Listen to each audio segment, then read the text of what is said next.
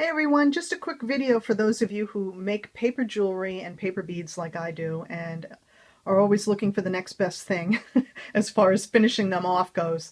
Um, I had watched Lindsay from the Frugal Crafter. She has a great YouTube channel, and I had watched a recent video of hers where she was going to she bought some outdoor Mod Podge and was going to try them as a finish on paper beads, and I kind of sent her a warning that that might not be such a good idea. And the reason being is that the outdoor formula is very tacky. It dries tacky, and it shows a lot of brush strokes. So while it's great for other outdoor projects, I wouldn't use them as a waterproofing sealing method for your paper jewelry and your paper beads, unless you're prepared to put at least 2 to 3 coats of clear acrylic sealer on top of it, and that does get rid of the tackiness and covers up some of the brush strokes, but it's a lot of extra steps. And if you sell your jewelry like I do, you're looking to eliminate steps, not add to them. You still want a quality product though, so you're always looking for the next best thing, right? I made these house numbers. They're wooden painted house numbers. They've got a watercolor base, and that's black acrylic paint on top, and I was looking to waterproof them and weatherproof them because I live in the South. I know I have a New York accent, but I am now living in South Carolina, nice humid South Carolina, and these were going to be outside all year long, and I wanted to make sure that they were protected because I put a lot of work into them. So I used a couple of coats of the outdoor formula Mod Podge on them, and that's when I realized the brushstroke issue and how tacky it is.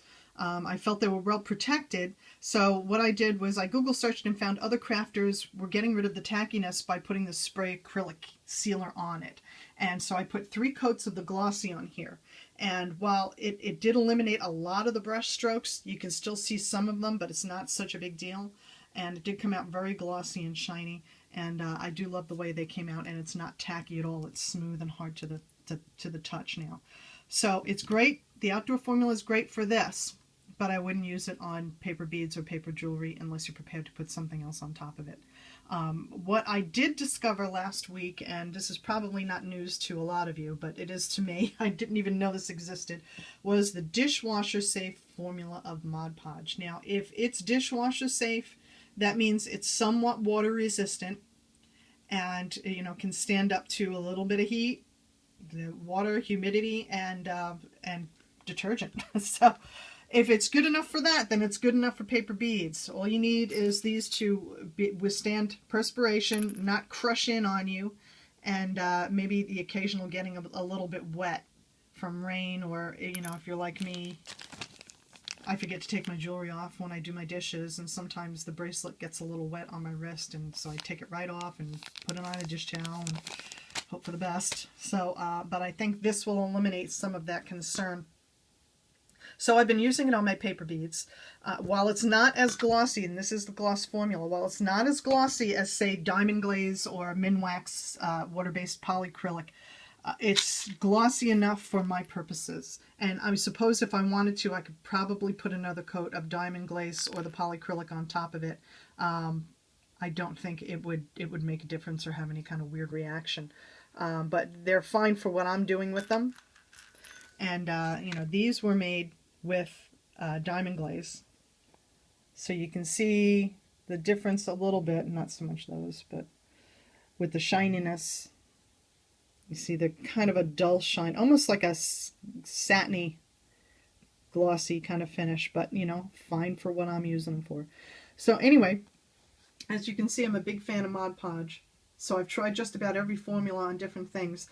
And the reason for the wood hardener is there's another YouTube channel. A woman has a channel called Beyond Bracelets, and she's been doing some really interesting things with paper beads and wood hardener. She uses PC Petrifier. I couldn't find it locally, but I found this. I haven't tried it out yet, but I will soon, I think, because I just like to experiment, and I'll let you know how that works out. But go on over to her channel, Beyond Bracelets, and see, she uses the dipping method, and it makes the beads, I think, virtually indestructible as far as humidity and waterproofing goes. And she really likes the way it comes out, and I think she does all her paper beads this way exclusively now. She dips in the wood hardener, and then sometimes we'll dip into another coat of like acrylic sealer for the extra shine. But yeah, check out her video. She's got some great stuff too. So the Frugal Crafter channel and Beyond Bracelets, you'll find a lot of stuff for paper beads. And that's it. Just wanted to share my little experience, maybe save you some aggravation and heartache. And I hope to have another video for you soon with the wood hardener. Take care, everybody.